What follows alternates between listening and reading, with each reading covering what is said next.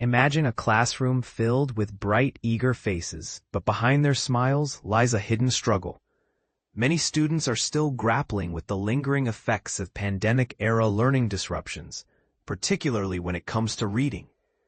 New data paints a concerning picture, revealing that reading proficiency among 3rd through 8th graders remains stubbornly stagnant.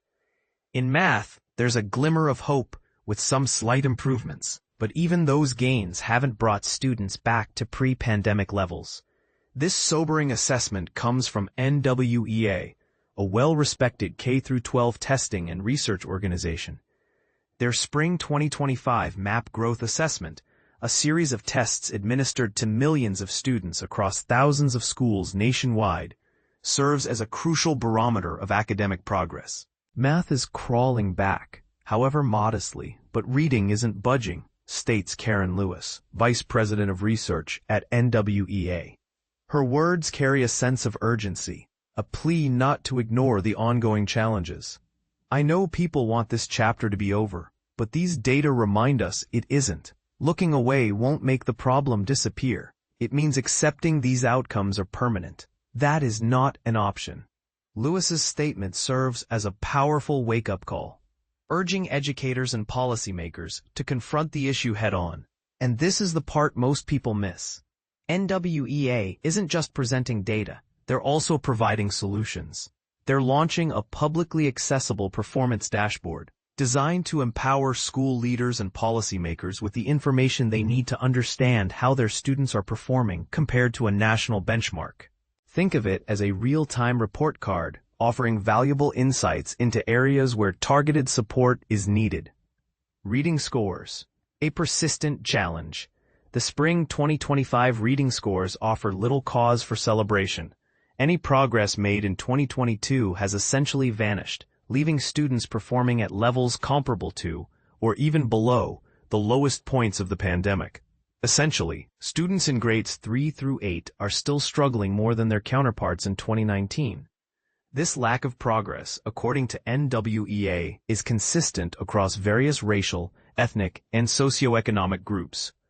What does this tell us about the effectiveness of current interventions? Are we addressing the root causes of these reading setbacks, or simply applying Band-Aid solutions? Math scores, a ray of hope but not a full recovery. The picture in math is slightly brighter. Students in several grades have shown modest gains compared to 2024, and there's been a gradual upward trend since 2021. Encouragingly, this improvement spans across different student demographics, regardless of race, ethnicity, or socioeconomic background.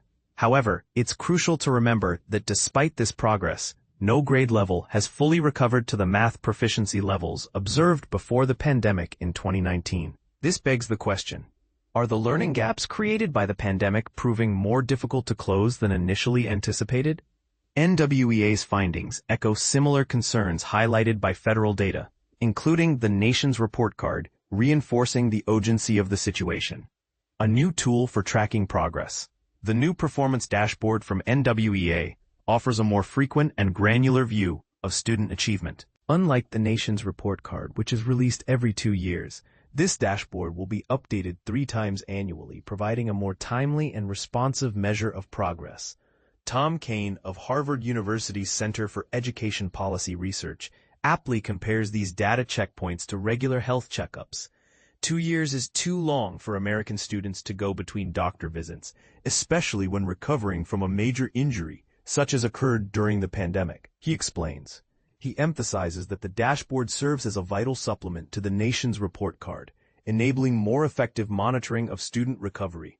Megan Kufeld, Director of Growth Modeling and Data Analytics at NWEA, underscores the importance of digging deeper at the local level. Given the unevenness of recovery, even within schools and classrooms, national trends like these are an important first step to understanding where to dig deeper at the local level and ask critical questions about the necessary support and resources. This highlights the need for tailored interventions that address the specific needs of individual schools and students. But here's where it gets controversial. This push for more data-driven decision-making comes at a time when the Trump administration has significantly reduced funding for the Institute of Education Sciences, IES, the very agency responsible for collecting and analyzing federal student achievement data. This raises a critical question. How can schools and districts effectively address learning gaps with fewer resources and less federal support for data analysis? This move to empower local decision-makers with comprehensive data arrives as the Trump administration has dramatically cut resources to the Institute of Education Sciences, IES, the U.S. Department of Education's data collection and analysis arm. The cuts leave many to question the commitment to data-driven education reform at the federal level.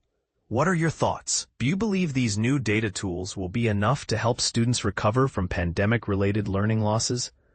How should scarce resources be allocated to address these challenges most effectively? Share your opinions in the comments below.